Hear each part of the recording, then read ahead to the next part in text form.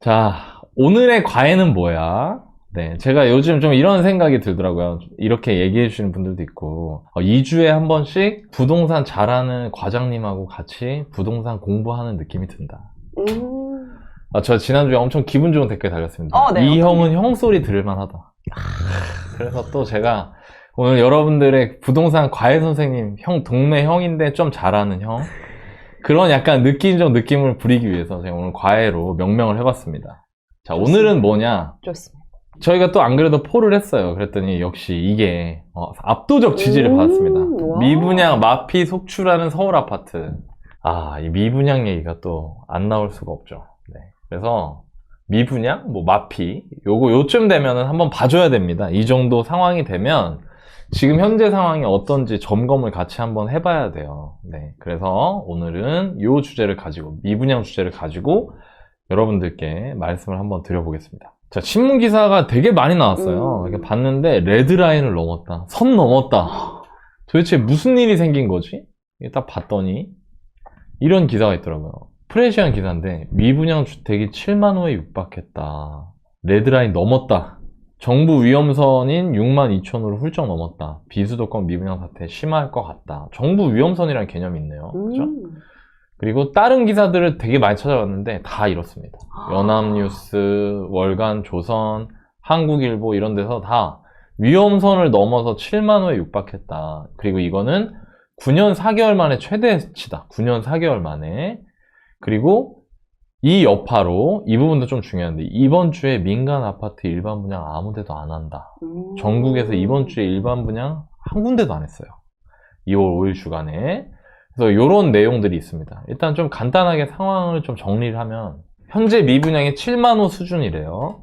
근데 제가 알기로 이따 보여드릴 건데, 이거 12월 말 기준이거든요. 12월 말 기준인데 지금 몇 월이에요? 지금 2월. 2월 9일이죠? 네. 제가 알기로 7만 원 넘어갔습니다, 이거. 근데 이거는 7만 원 육박이라는 건 아직 안 됐다는 거잖아요. 이게 12월 말 통계를 가지고 얘기를 해서 그런 것 같아요. 어쨌든 현재 미분양은 7만 원 수준이다. 두 번째는 기존의 정부에서 미분양 이 정도면 위험합니다라고 저희가 인식할 거예요 라고 입장을 밝힌 적이 있어요. 원희룡 장관께서 미분양 6만 2천 호가 넘어가면 우린 이거를 좀 위험한 상황이라고 봐야 될 것 같습니다. 이렇게 얘기하신 적이 있나 봐요. 그래서 저 위험선이라는 말이 나온 거고, 그거는 6만 2천 호예요. 그러니까 지금 무슨 얘기냐면, 위험하다, 안 위험하다? 위험하다. 위험한 상황이다. 그리고 이거 9년 4개월 만에 최대래요. 기존의 최대치가 2013년 8월. 근데 이거 제가 기사에 있는 내용 그대로 딴 건데, 사실 기존 최대치가 아니라 이따 볼 거지만 7만 호 가깝게 올라온 게 9년 4개월 만이라는 얘기입니다. 근 10년 만에 7만 호까지 올라왔다 이거예요. 지금 상황이. 네. 일반 분양 모두 멈췄다. 올스톱이다. 지금 요거를 기사에서 확인할 수 있죠. 한번 뜯어볼까요? 제일 정리 잘 된 기사가 프레시안 기사라서 제가 요거를 좀 여러분들께 소개를 해드리겠습니다. 내용을 한번 볼게요. 자, 아까 제가 말씀드렸죠? 12월 통계입니다. 그러니까 즉 2달 전, 만으로 한 달, 개월수로는 2달 전 통계죠. 국토교통부가 발표한 2022년 12월 주택 통계 자료를 보면 전국의 미분양 주택은 6만 8천 호로 집계됐다. 이는 전월 대비 17.4% 폭증했다. 한 달 사이에. 장난이 아닌 겁니다, 여러분, 지금. 자, 이거는 작년 10월부터 11월 사이에도 11,000호가 급증했어요. 그러니까 한 달 만에 10,000호가 또 넘는 거예요. 그러니까 지금 무슨 얘기냐면은 한 달에 10,000호씩 늘고 있어요, 미분양이 전국에서. 그래서 제가 아까 얘기했잖아요. 1월 통계 안 나왔다 했잖아요, 네. 아직. 근데 제가 생각하기에 1월 통계까지 나오면 7만 원 넘어갔습니다. 그래서 제가 말씀을 드린 거고요. 원희룡 국토부 장관은 12월 27일에 이런 표현을 하셨대요. 국토부는 미분양 아파트 6만 2천 가구를 위험선으로 본다. 자, 이런 말을 했고요. 그리고 지역별로 좀 쪼개보면 전국이 6만 8천 호인데 수도권이 1,373호 대비 6.4% 증가해서 11,000호. 지방이 47,600호 대비 19.8% 증가해서 57,000호. 이렇게 나타났습니다. 자, 그럼 좀 정리해 볼게요. 팩트만. 현재 미분양은 6만 8천호 수준이다. 12월 말 기준. 전국은 2022년 11월에는 5만 8천 가구의 미분양이었는데 2022년 12월 딱 1개월 사이에 10,000호가 증가했습니다. 10,000호가. 그리고 비율로 치면 무려 17%죠. 수도권은 22년 11월에 1,300호 정도 됐었는데 22년 12월에 11,000호로 700호 정도 늘었고요. 지방은 2022년 11월에 47,700호에서 2022년 12월에 57,100호로 20%가 늘었습니다. 자, 이제 조금 더 한 단계 들어갔어요. 자, 미분양이 68,000호라는 건 일단 굉장히 많은 수치인데 그 수치가 최근 들어서 어떻게 되고 있다? 크게 늘어나고 있다. 크게 늘어나고 있다. 자, 크게 늘어나고 있는데 수도권하고 지방을 또 한 단계 들어가서 보니까 수도권보다 지방이 더 훨씬 빨리 심하다. 늘어나고 있다. 여기까지가 팩트입니다. 네. 자, 정리되셨어요? 네. 지금 상황. 자, 그러면 국토교통부 발표 자료를 살펴보고 이전 기간을 다 같이 한번 확인해 볼게요. 지금 이거는 최근 몇 달만 본 거잖아요. 어떻게 해서 이런 흐름으로 왔는지, 왜 이렇게 된 건지 이런 것들을 하나씩 살펴보겠습니다. 자, 미분양과 시장에 그 오묘한 관계가 있습니다, 여러분. 일단 여러분들께 공부하시기 좋게 제가 이거를 하면서 여러분들 스스로 공부할 수 있는 부분도 말씀을 드려야 되니까 영상을 끝나면 안 되잖아요. 국토교통부 홈페이지에 가시면 이 자료를 다 보실 수가 있어요, 여러분들이. 보면 이 국토교통부 홈페이지에 제가 간 거고요. 여기 보면 뉴스 소식의 보도자료라는 데가 있습니다. 보도자료에 제목에 주택통계 해서 검색을 하면 이렇게 쭉 나옵니다. 월별로 발표해요. 근데 이 자료가 투자하는 데도 도움이 많이 됩니다. 왜냐면 미분양, 거래량, 뭐 전월세 거래량, 매매 거래량 이런 것들, 그 다음에 인허가 실적, 분양 실적, 착공 실적, 준공 실적 이런 게 다 나오거든요. 그래서 굉장히 도움이 많이 되기 때문에 여러분들한테 이 자료는 관심이 있으시면 매달 그냥 쓱쓱 한번 훑어보시는 거를 좀 추천을 드리고 싶어요. 그래서 그 방법을 알려드리기 위해서 제가 국토교통 홈페이지를 따왔고요. 여기서는 당연히 제가 여러분들께 말씀을 좀 드려야겠죠? 이 보도자료 안을 보면은 이런 그래프가 있습니다. 제가 이걸 따왔는데 보세요. 이게 2009년도부터 현재까지 13년, 14년 가까운 시간 동안에 미분양 주택수입니다. 미분양 주택수. 여기 보시면 초록색이 미분양이에요. 그리고 이 노란색이 우리가 흔히 말하는 준공 미분양입니다. 준공 미분양은 뭐냐면 여러분들이 자 보세요. 미분양이 어떻게 발생을 하는 거냐. 자, 우리나라에서 분양을 해요. 분양을 한다는 거는 집을 지어놓고 분양하나요? 집을 지어놓고 팔아요? 새 아파트 팔 때? 아니면 선분양. 짓기 전에 팔아놓고 그거에 맞춰서 지어요. 자, 팔아놓고 짓죠. 물론 뭐 지어지는 세대수나 이런 건 확정이지만 일단은 판다 이겁니다. 그러면 실제 실물이 없는 상태에서 파는 거잖아요. 그걸 이제 분양한다고 하고요. 그게 만약에 다 안 팔리면 미분양이에요. 그런데 집을 짓는데 3년 정도 걸립니다. 처음에 우리 분양합니다. 저희 집 질 거예요. 이거 사세요. 해가지고 딱 팔았는데 잘 안 팔렸어. 그치만 몇 년 남았다? 아직? 3년의 시간이 남았다. 3년 동안 팔리겠지 뭐 하고 이렇게 쭉쭉쭉 합니다. 근데 3년이 지났는데도 안 팔립니다. 자, 그러면 그 집은 어떻게 되냐면 여러분들 부동산 하락기가 오잖아요. 깊게 오면 신문기사에 이런 뉴스가 반드시 나옵니다. 불 꺼진 아파트. 그리고 제가 생각하기에 앞으로 몇 년 뒤에 나올 겁니다. 불 꺼진 아파트. 아마 올해, 내년, 내후년 계속 나올 겁니다. 불 꺼진 아파트. 이러면서 사진이 다 삭막한 사진이 나와요. 자, 그게 준공 후 미분양이에요. 자, 그럼 뭐가 더 안 좋은 걸까요? 정말, 준공 후. 그렇죠. 준공 후가 많다는 건 최악인 거예요. 진짜. 최악. 그러면 이 두 개를 보셔야 되거든요. 그럼 다시 한번 화면을, 그래프를 한번 보세요. 네. 자, 여기 보면 지금 현재 이게 이 추세를 보면 일단 첫 번째 여기 드는 느낌이 16만 6천 건까지 갔었다고? 이 보세요, 여러분. 6만 8천 원 지금도 막 위험선 넘었다, 선 넘었다 맞아. 막 이러 나오는데 정점일 때 얼마? 16만. 이때는 정말 그냥 다 마탱이 같다고 했었어요. 정말로. 정말 그냥 부동산 시장 완전 나락 같다. 자, 그리고 이때 있었던 일이 저때 16만 호가 이렇게 생겼잖아요. 그럼 그 얘기 뭐냐면 건설회사는 내가 이거 하고 금융비용이랑 다 땡겨가지고 사업을 착수를 하고 분양을 했는데 안 팔린 거예요. 네. 근데 그게 16만 호까지 간 거예요. 전국에. 그리고 그때 당시 악성미분양도 보세요. 몇 호예요? 5만 호가 넘었죠. 이 얘기 뭐냐면 전국에 불 꺼진 아파트가 5만 채가 넘었다는 거예요. 자, 그럼 일단 누가 제일 힘들까요? 건설회사. 건설회사. 겁나 힘들지. 그럼 이때 건설회사 어떻게 됐을까요? 망하는 경우도 있었을 것 같아요. 많이 망했죠. 그럼 건설회사 망하면 어떻게 돼요? 누가 지어요, 집을? 집 지을 사람 없겠죠? 이게 심했던 데가 지방이에요. 자, 지방이 왜 망했어요? 그러니까 지방에 있는 건설회사가 왜 망하냐면 자이나 롯데 롯데 캐슬 이런데 힐스테이트 이런 데는 대기업이잖아. 네.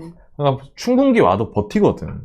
근데 일반 작은 건설회사, 예를 들면 옛날에 우방건설이나 뭐 벽상건설 이런 데 네네. 있잖아요. 지금 아파트 다 남아있는데 건설회사 없어요. 맞아요. 다 망했거든요. 네. 지방에 중심을 두고 있는 자금력이 떨어지는, 기초체력이 떨어지는 회사들은 이런 춘궁기를 건디기가 힘든 거예요.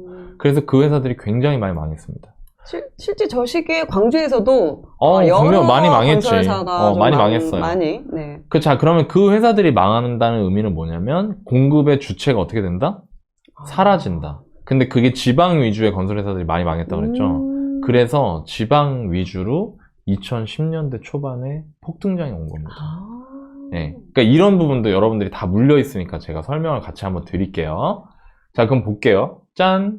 이게 지금 기사에 나온 게 68,000호가 요때 2013년 8월 요때라는 거예요. 근데 그것만 보면은 엄청 많은 것 같잖아요. 네. 근데 실제로 정점일 때 16만 호까지 갔다는 거 일단 첫 번째. 그럼 이걸 보면서 무슨 생각해야 되냐? 아직 갈 길이 남았다는 겁니다. 네, 이 분야. 이 정도까지 갔었으니까. 근데 지금도 상황이 제가 보기에 그렇게 좋지는 않거든요. 그리고 또 하나. 자, 이거 보면은 중공업 미분양 있죠. 네. 이건 어때요? 그래도 아직은 괜찮은 것 같아요. 아직은 괜찮아요. 네. 아직은 괜찮은데 여러분들이 이렇게 생각하시면 돼요. 중공업 미분양까지 늘어나잖아요. 그 얘기 뭐냐면 중공업 미분양이 늘어나려면 최소한 미분양이 일어나고 나서 2년, 3년이 지나야 된다는 얘기예요. 그렇죠. 이해되세요? 자, 미분양이 일어났다는 거는 부동산 시장이 안 좋다는 거죠. 네. 그러면 반대로 얘기하면 중공업 미분양이 늘어났다는 건 부동산 시장이 안 좋고도 2년, 3년이 지났다는 거예요. 오케이? 여러분 이거 되게 중요합니다. 네네. 왜? 중공업 미분양이 늘어났을 때가 역사적으로 되게 좋은 기회들이 많았기 때문에. 근데 아직은 어때요? 중공업 미분양이 많이 늘어나지 않았죠. 네. 그러니까 지금부터는 이게 추세적으로 뭔가 큰 이벤트가 있지 않는 이상 돌리기 쉽지 않을 수 있겠다라고 정리를 해두시는 게 좋다는 겁니다.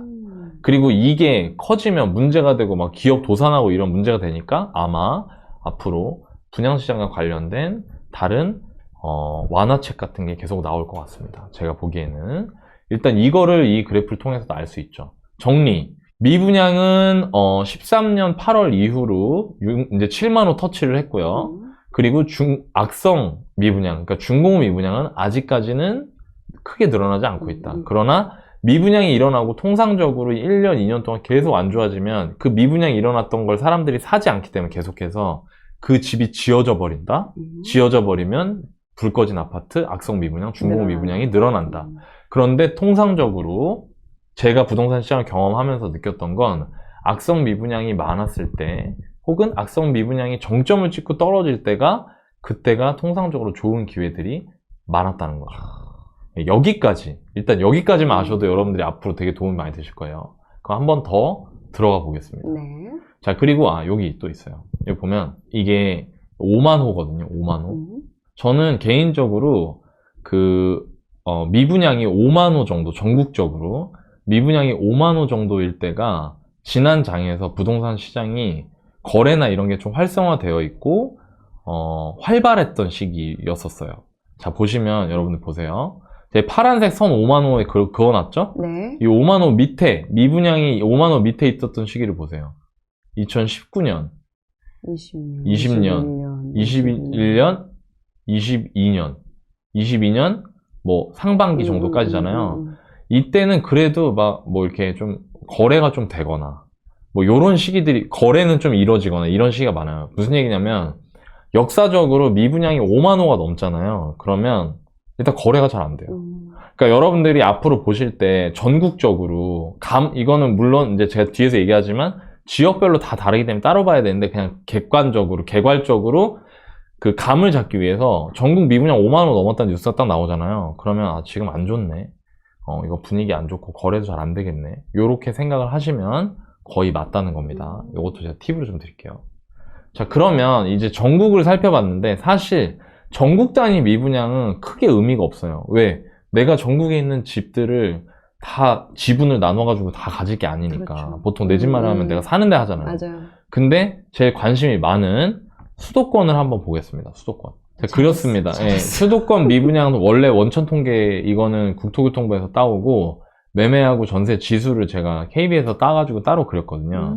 이걸 보면 좀 의미가 있습니다. 수도권이라 함은 서울, 경기, 인천을 말하는 겁니다. 자, 서울, 경기, 인천인데 2007년부터 자료고요. 여기 보면 이게 미분양이에요. 그럼 2007년에서 이때 어떻게 돼요? 2008년 갈 때. 급증을 올라가죠. 하네요. 네. 자, 이때는 여러분들 금융위기 터져서 그런가 보다도 있는데 뭐 여러 가지가 섞여 있는데요. 이때 분상제 같은 거 하면서 분양가 상한제 하기 전에 밀어내기 분양을 했던 겁니다. 확 밀어냈어요, 이때. 그러면서 분양이 너무 고분양으로 확 밀어내니까 어떻게 되냐면 사람들이 이건 너무 비싼데? 그치. 이런 생각을 하면서 잠깐 멈칫했었거든요. 그때 미분양이 폭증을 했죠. 그런데 조금 줄어들만 하다가 이때 2008년 가을쯤에 이게 금융이 터진 거예요. 그러면서 다시 올라가요. 올라가네요. 좀 소진되나 이때면 정책 나오면 좀 소진되는데 또 올라가. 왜? 시장 자체 펀더멘털이 너무 안 좋고 가격이 너무 비싸니까. 이게 또 올라갔다가 계속 올라가다가 2013년에 완전 정점이었어요. 이때 35,000원까지 갔거든요. 수도권에서, 그럼 여러분들 일단 감을 잡을 수 있는 거 무슨 얘기냐? 아, 수도권에서 정말 분위기 안 좋을 때 3만호까지 가는구나. 그러니까 3만호라는 숫자가 딱 들어오는 거예요. 그럼 이제부터 여러분들이 기사 보면 어때요? 수도권 미분양 2만 돌파 막 이런 거 나오면 어때요? 그것도 3만 와, 씨, 너무 안 좋은가 본데? 이게 공부예요. 이렇게 과거를 보면서 공부를 하는 거거든요. 그리고 이게 줄어들기 시작합니다. 2014년부터 줄어들어요. 쭉 줄어들죠. 그래서 절반 수준으로 떨어지거든요. 2015년에. 그랬다가 또 늡니다, 이때. 그러니까 이때도 사실 공포가 장난이 아니었어요. 사람들이. 그랬다가 쭉 줄어들고 우리가 알고 있는 상승장에서는 굉장히 낮은 수준. 이렇게 된 거죠. 자, 제가 지금 이 흐름을 짚으면서 디테일하게 봤는데 이제 한 걸음 물러나서 크게 보면 심플합니다. 우리가 흔히 알고 있는 수도권 하락장은 2008년도부터 2013년, 14년까지거든요. 이때 어때요? 미분양이. 많았어요. 그러면 그 뒤로 회복될 때는 확연히 줄죠. 네네. 그러니까 이 중요한 게 미분양의 절대 규모가 굉장히 중요합니다. 이게 중요하다는 거예요. 그럼 저는 제가 여기서 여러분들에게 기준을 드릴게요. 제가 미분양을 보는 기준. 짠! 저는 수도권 미분양을 15,000호 정도를 봅니다. 그러니까 무슨 얘기냐면 미분양은 중요한 게 추세하고 규모 둘 다 봐야 되거든요. 그러니까 올라가는 추세인지 내려오는 추세인지도 봐야 되고 또 동시에 그 시점마다 미분양 호수가 얼마나 되는지도 봐야 돼요. 이 두 가지가 다 중요합니다. 근데 저는 시장이 좀 좋은 시그널을 가지고 있을 때, 즉 내 집 마련이나 매수나 이런 거에 있어서 조금 더 내가 적극적으로 봐도 된다라고 할 때 그거를 감을 잡는 거. 물론 그거 할 때 제일 중요한 건 가격이라고 제가 항상 얘기합니다. 가격이 제일 중요해요. 미분양도 중요하지만 가격이 싸면 미분양이 늘고 있어도 집을 살 수 있어야 돼요. 그게 되게 중요한데 어찌됐든 간에 참고자료로 미분양을 활용할 때는 추세하고 양이 둘 다 중요하거든요. 근데 그 기준을 저는 수도권에서는 15,000호를 보고 있다는 얘기예요. 15,000호 이상일 때가 요 기간이거든요. 요 기간. 요 때는 집값이 굉장히 저렴한 구간이 아니면 주택시장이 되게 안 좋은 상황이다라는 거를 여러분들이 이해할 수 있다는 겁니다. 15,000호라는 숫자를 가지고. 그리고 보세요, 여러분. 우리가 집을 그때 샀어야 되는데 라고 말하는 시기가 언제일까요, 보통? 2013년. 14년, 15년, 16년. 13년은 사실 어려워요. 13년을 못 사요, 사람들. 공포가 그렇게. 왜냐면, 여러분 보세요. 큰 상황에서 네. 행동하기 어렵다. 제가 제가 PII 여러분들께 소개해드린 영상에서도 말씀드렸는데, 현실적으로 여러분들은 집값이 떨어지고 있으면 일반적인 사람들은 아무리 싸도 못 삽니다. 맞아요. 근데 조금씩 올라가기 시작하면 그때는 싸다고 생각되면 사는 사람들이 생겨요. 그러니까 현실적으로 여러분들 바닥 잡는 거 어렵잖아요. 근데 최대한 싸게 산다는 건 조금씩 올라가기 시작하는데 충분히 이 가격 자체가 너무 싸. 내가 생각하기에 이거는 나의 소득을 떠나서 일반 사람들의 소득으로 봤을 때도 이거는 진짜 여기가 집값이 너무 싸. 그럴 때거든요. 그럼 그게 언제였냐면 2014년부터예요. 2014년. 그럼 그때 당시 미분양은 정점이었어요. 오히려. 근데 중요한 게 내려오고 있었죠. 줄어들고 있어. 그죠? 내려오고 있었어요. 그래서 이런 포인트들을 좀 잡아가시면 좋을 것 같고, 또 하나는 여러분들 이 그래프 잘 봐두십시오. 여기 이때 갑자기 일시적으로 확 늘죠. 네. 그죠? 확 늘어요. 네네. 그러면 만약에 우리는 미래에서 보고 뒤로 돌아보고 있으니까 이 뒤로 쭉 빠지고 집값 이렇게 올라간 거 알고 있잖아요. 근데 만약에 내가 여기 있다고 생각해봐. 근데 갑자기 미분양이 는데 그럼 어떠겠어요? 또 불안하고 두렵지. 불안하고 두렵죠. 네. 네. 그러니까 이런 부분들이 있다. 이런 특징들이 있다. 그러니까 제가 항상 가격에 집중하라는 겁니다. 어쨌든 그 얘기는 제가 좀 자세하게 하고 뒤에서 15,000호 이상을 안 좋은 시기, 수도권이 안 좋은 시기다. 이렇게 보시면 될 것 같아요. 그럼 지금은 얼마냐? 15,000원 아직 안 됐죠? 네네. 네, 그러면 이 얘기는 뭐다? 미분양이 늘어난 지도 1년밖에 안 됐어요. 서울 수도권은. 1년 정도 됐구나. 기간이 짧으니까 어때요? 이 15,000호라는 숫자를 아직 넘었어요? 못 넘었어요? 못 넘었어요. 못 넘었죠. 그러니까 아직 수도권은 좀 많이 남아있을 수 있겠구나 라고 볼 수 있다는 겁니다. 이해되시죠? 무슨 말인지? 네. 자, 제가 다시 한번 정리하면 제가 보는 기준은 미분양의 감소 추세이면서 15,000호 이하의 규모를 보일 때 그때가 내 집 마련하기에 나쁘지 않은 시기다. 요런 걸 말씀을 드리고 싶고요. 항상 수도권 얘기만 하니까 맞아요. 지방 좀 해주세요 네, 하셔가지고 네. 제가 지방을 다 하면 좋은데 대구 얘기를 한번 해드릴게요. 네, 대구 얘기를 한번 해드리겠습니다. 왜냐면 대구가 미분양이 제일 많아서 맞아요. 그래서 하는 겁니다. 그리고 이거를 제가 그 엑셀로 제가 이거 정리한 게 있어요. 엑셀로 그 대구랑 수도권 정리해 놓은 자료가 있거든요.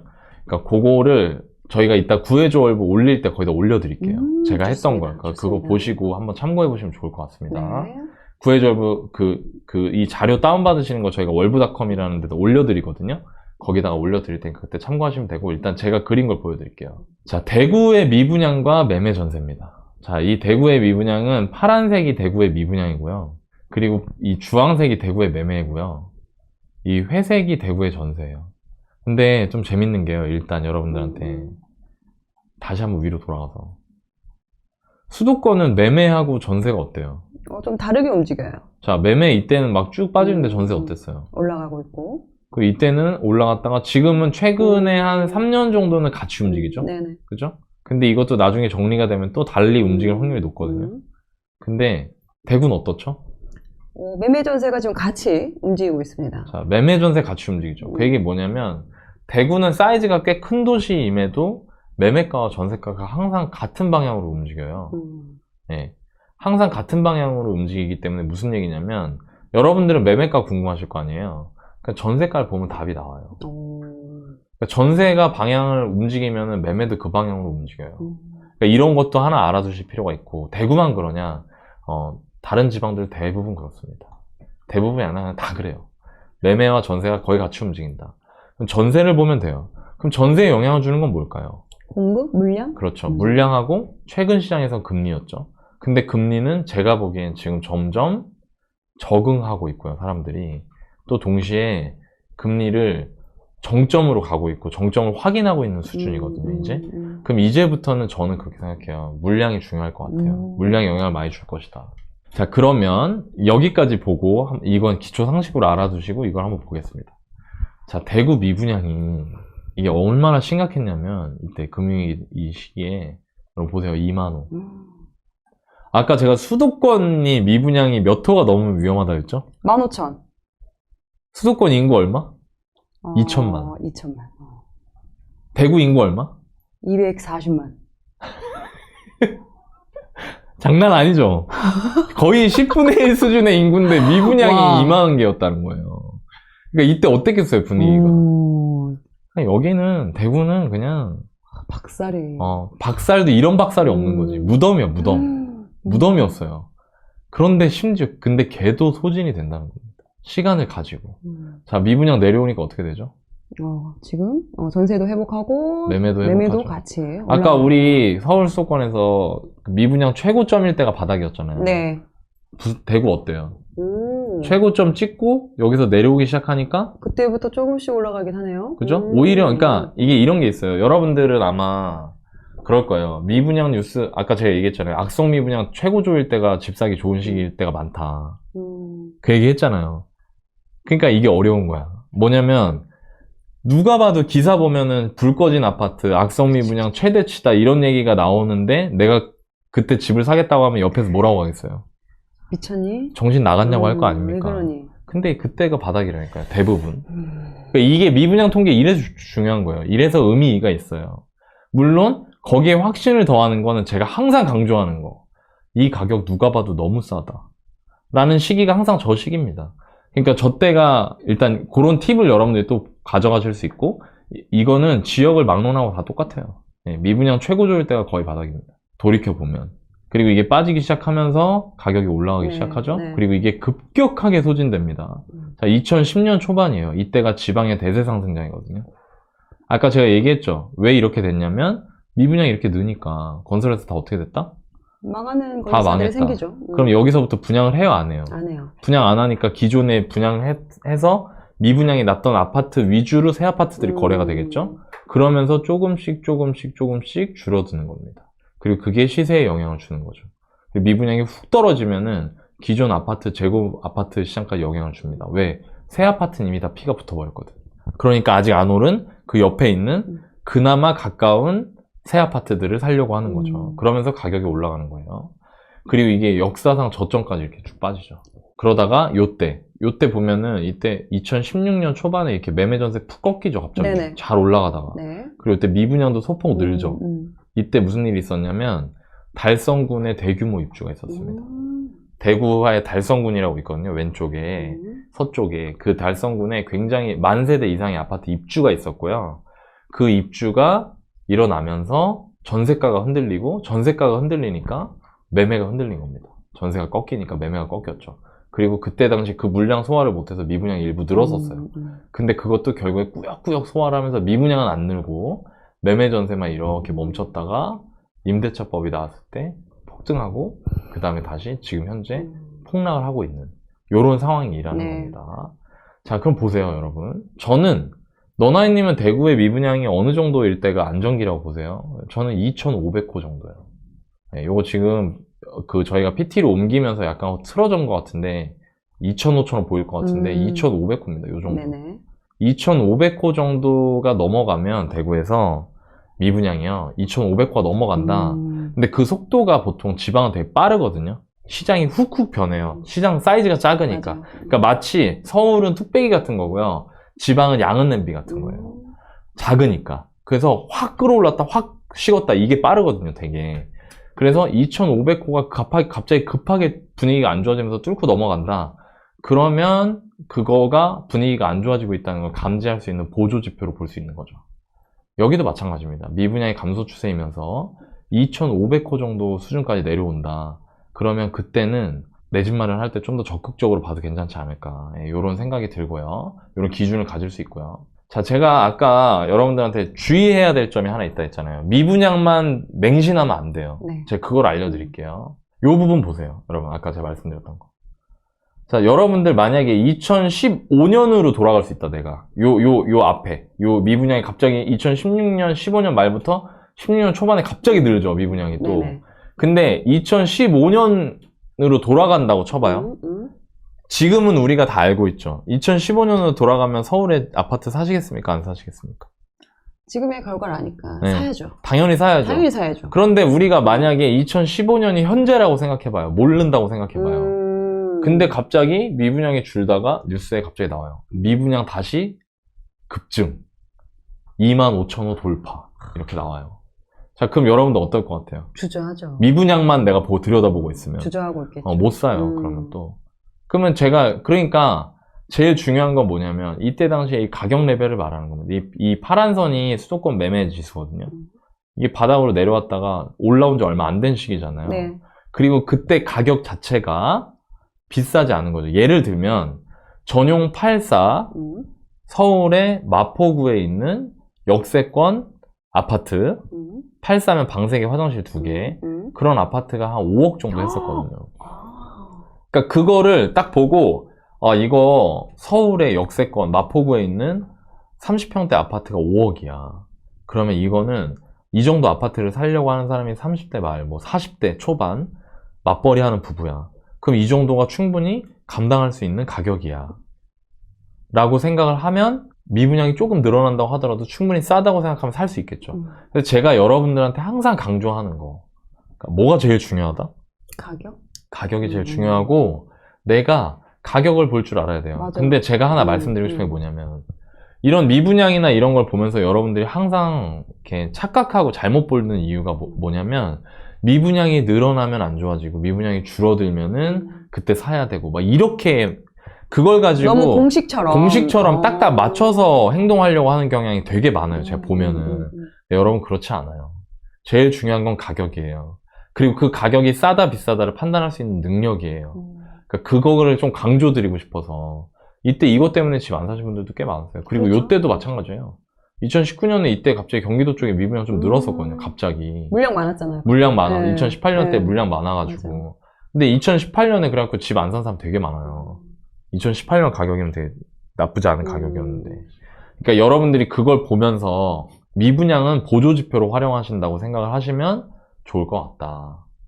가장 중요한 건 가격의 수준. 그리고 이 가격의 수준을 판단할 때는 제가 여러분들한테 말씀드리는 소득 대비나 전세 대비, 매매가가 어느 정도 되는지 요거를 보고 판단하셔야 되고 미분양은 참고해서 판단해야 된다 이겁니다. 그리고 또 하나, 미분양 공포가 이슈가 되고 나서 오래되면 오래될수록 가격에서 유리한 지점에 와 있을 확률이 매우 높죠. 아까 제가 얘기했잖아요. 그렇죠. 자, 미분양 공포라는 게 처음에 얘기가 나와요. 아마 제 장담하는데 1년, 2년, 3년 지나면 이게 항상 수순이니까 이미 그런 시장들이 있어요. 중공업 미분양, 불 꺼진 아파트 얘기가 나옵니다. 자, 중공업 미분양이라는 거는 이 중공업 미분양이라는 거의 정의상 분양하고 2년, 3년이 지나야만 나타날 수 있는 네. 거잖아요. 근데 이미 2년 전에 미분양이 났으면 얘가 2년, 3년 동안 시장이 계속 안 좋으면 중공업 미분양이 될 거 아니에요, 그렇죠. 제가. 그렇죠. 그 시기가 됐다는 건 미분양 얘기 나온 지 2, 3년 지났다는 얘기거든요. 그럴 때일수록 가격에서 정말 유리한 지점에 와 있을 확률이 매우 높다는 겁니다. 저는 여러분한테 이걸 말씀드리고 싶었던 거예요. 왜? 지방 같은 경우에는 미분양 얘기 나온 지 꽤 된 데가 있거든요, 지역들이.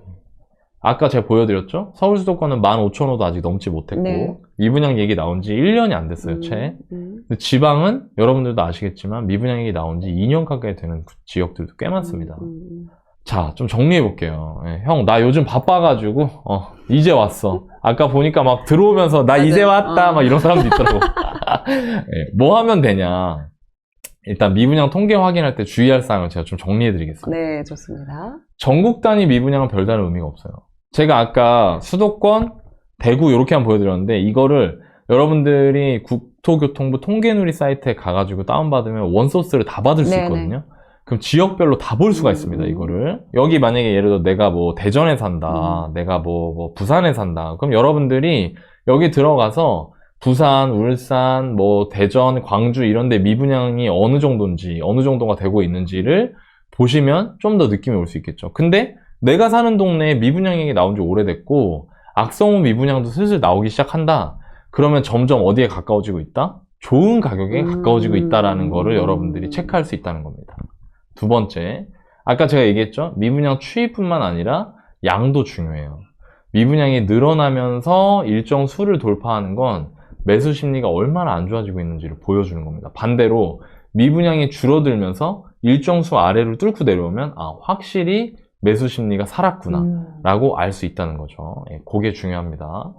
세 번째는 도시별로 여러분들이 집을 샀으면 좋았을 만한 시기에 미분양 추이하고 양을 확인해 보시면 좋을 것 같아요. 이때 당시에 이 정도로 미분양이 급격하게 줄어들고 요 정도 미분양 호수일 때면 이때 샀으면 참 좋았구나. 그러면 다음에 어때요? 또 똑같이 적용할 수 있겠죠?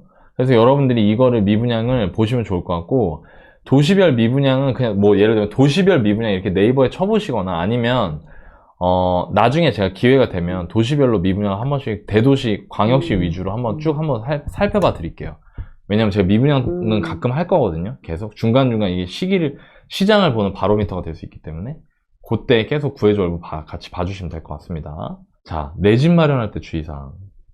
미분양이 증가한 지 오래된 지역은 여러분들이 촉각을 곤두세우면 좋을 것 같아요. 이게 뭐냐면 남들하고 반대로 하는 겁니다. 항상 반대를 생각해라. 제가 이거 아까 설명드렸죠? 되게 아이러니하지만 미분양이 꼭지고 악성 미분양이 막 되게 많이 늘어났다 이런 얘기가 나올 때가 그 지역이든 뭐 수도권이든 지방이든 돌아보면 그때가 집값이 제일 쌌을 때가 많았어요. 그래서 여러분들이 미분양이 그럼 미분양 정점이 가까워지면 가까워질수록 집값이 싸다는 얘기잖아요. 그러면 미분양이 정점에 가까워지려면 당연히 지금 전국적으로 미분양 이슈가 있을 때 우리 동네는 미분양 얘기 나온 지 얼마나 됐지?를 찾아볼 수 있는 거죠. 그거를 한번 여러분들한테 말씀을 좀 드리고 싶어요. 그리고 지방이 수도권보다 미분양 얘기가 나온 지 더 오래됐습니다. 그러니까 그거를 좀 참고해 주시면 좋을 것 같고요. 지방 중에 뭐 아까 보여드렸던 대구 같은 도시들. 두 번째, 최근 1, 2년 동안 분양시장이 마비되다시피 한 지역은 내 집 마련을 준비하실 필요가 있다. 자, 이게 무슨 얘기냐. 자, 미분양이라는 것 자체가 집이 안 팔린다는 얘기예요. 그렇죠. 새 집이 안 팔린다는 얘기거든요. 새 집의 공급 주체가 건설사, 시행사란 말이에요. 그럼 건설사, 시행사가 집이 지금 내가 지금 판 것도 기존에 만든 것도 안 팔리는데 새로 만들어서 팔까요? 아니요. 새로 만들어서 파는 게 분양이잖아요. 신규 분양. 근데 미분양이 늘어난 지역은 필연적으로 분양 시장이 마비되게 돼 있습니다. 그러면 미분양 얘기가 많이 나왔다는 얘기는 오래전부터 나왔다는 얘기는 최근에 분양도 거의 안 했다는 얘기예요. 자, 그럼 최근에 분양을 많이 안 한 지역들 있죠. 그 지역들은 앞으로 3년, 4년 뒤에 어떻게 된다는 얘기예요? 물량이 부족해진다. 새 집이 없는 거예요. 왜? 지금 안 지으니까. 그러면 그런 지역들에 살고 있으면 지금은 내가 이거를 보면서 내 집 마련 하기가 너무 힘들 것 같다는 생각이 들 수 있지만 나중 되면은 앞으로 2년, 3년 뒤에 그때가 집이 막 모자라면서 미분양이 막 소진되고 전세가 갑자기 막 귀해지고 이런 시기가 올 수도 있겠구나 라는 생각을 반드시 하셔야 된다는 거죠. 네. 그게 되게 중요한 겁니다, 여러분. 왜냐면 일반적으로 그냥 하루하루 살아가시는 우리 보통 사람들을 보면 한 번 전세를 들어가면 2년 동안 신경을 안 써요. 맞아요. 그러니까 제가 되게 안타까운 게 그거예요. 조금만 신경 쓰면 내가 진짜, 그러니까 솔직히 돈으로 얘기하면 몇 천만 원, 1, 2억이 왔다 갔다 하는데 내가 집을 사는 게 그거를 신경을 안 쓰니까 나는 그게 너무 안타까운 거야. 그거 보는 게. 그러니까 여러분들이 항상 내가 지금 내 집 마련 기다리면서 전월세를 산다고 하더라도 최근에 분양을 하나 안 하나를 보시고 그 다음에 미분양이 많이 쌓였다가 최고까지 갔는지 아니면 이게 최악의 상황인지 악성 미분양 뉴스 나오는지 미분양이 그 뉴스가 나왔는데 좀 줄어들기 시작하는지 이런 거를 적어도 여러분들 전세 만기 한 6개월, 8개월 전부터는 좀 보시라는 거예요. 보시고 지금이 진짜 좋은 시기인 것 같다라는 생각이 들면 그때는 전세 만기 때 과감하게 내 집 마련을 좀 해보시는 게 어떨까 라는 생각이 듭니다. 그리고 세 번째 마지막입니다. 제가 좀 전에 얘기했죠. 전월세 선택을 하시는 거 좋아요. 여러분들 지금 뭐 기다리겠다 하시는 거 좋습니다. 저는 여전히 집이 필요할 때 적당한 가격이라면 사는 게 맞다고 생각하지만 제가 이렇게 얘기해도 여러분들이 그 말을 난 싫어요 이렇게 하시더라고요. 그래서 제가 여러분들이 하시는 관점에서 말씀을 드리면 전월세를 하시더라도 갱신 시점이 돌아오면 제가 아까 말씀드린 것처럼 최근 미분양이 얼마나 되지? 이거를 좀 보시는 게 좋을 것 같아요. 최근 미분양, 예를 들어서 이럴 거예요 아마. 예를 들어서 코크님이랑 뭐 가족들이랑 있는데 코크님이 이거 얼마 전에 나 구해줘요에서 너나이님 그거 봤는데 지금 우리 전세 만기 지금 8개월 남았잖아. 근데 지금 우리 동네 미분양이 사상 최악이래. 악성 미분양 막 쌓였대. 여보 우리 지금 집 사자. 이렇게 원래 해야 된다 이겁니다. 근데 그러면 어떻게 한다 옆 사람이? 미쳤구나. 정신 나갔어? 너 우리나라 너 이제 끝났어. 그러면 어떻게 해야 되냐면 확신을 가져야 돼. 맞아. 지금이야. 이런 생각을 가져야 돼. 그리고 그때 집을 사시면 역사상 저점일 때가 너무나 많다는 거예요. 그런데 여기까지 얘기해도 사람들이 한다 못한다?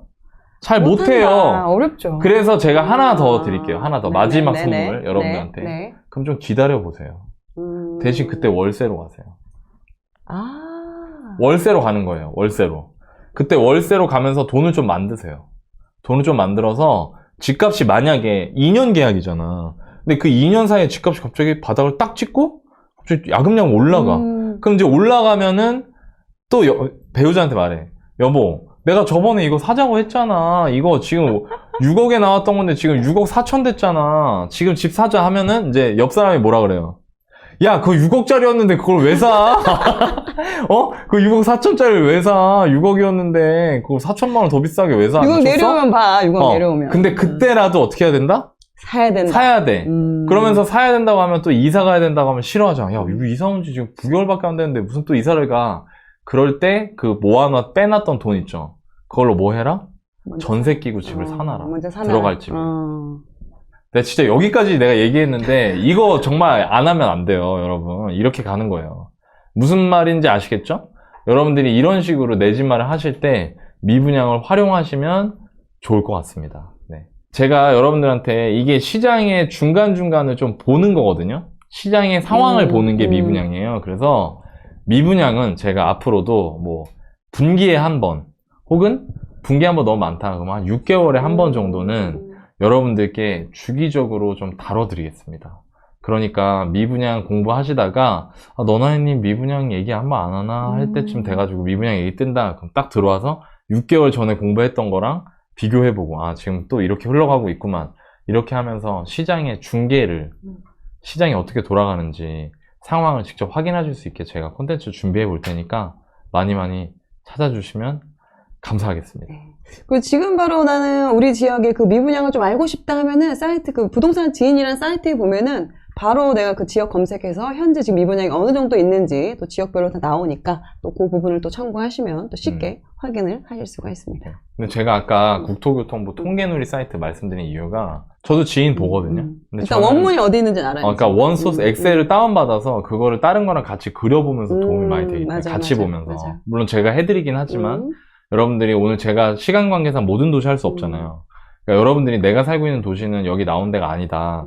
그러면 그 국토교통부 통계누리에 들어가셔가지고 매매 전세하고 같이 보시면 좀 도움이 될 것 같습니다. 네, 오늘도 이거 또 자료 또 올라가나요? 저희 또 월브닷컴 그 네. 전문가 칼럼에 또 올려주셔야죠. 자, 저희가 네. 또 이 자료를 제가 항상 만든 다음에 올려드려요. 자, 여러분 네이버에 월브닷컴을 칩니다. 월브닷컴을 치시면은 그렇게 월급쟁이부자들 홈페이지 월브닷컴에 접속을 하시면 거기에 보면 또 월브스터디라는 항목이 있는데요. 월브스터디에 전문가 칼럼, 두 번째 전문가 칼럼을 클릭하시면 여기에 오늘 방송했던 내용 이미 올라가 있나요?